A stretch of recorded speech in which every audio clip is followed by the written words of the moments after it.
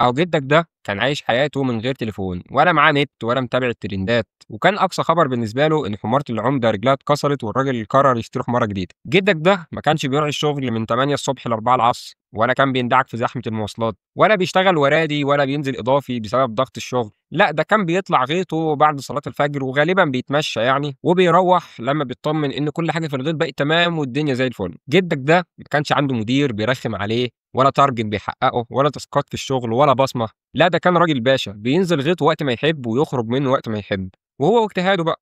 لو اهتم بأرضه هتجيب له زرعة كويسة، ولو ما اهتمش فهو حر. جدك ده ما كانش عنده جروبات واتس ولا رغي ومشاكل كتير، ولا الأقسام بتحاول تلبس الشغلانة لبعضها.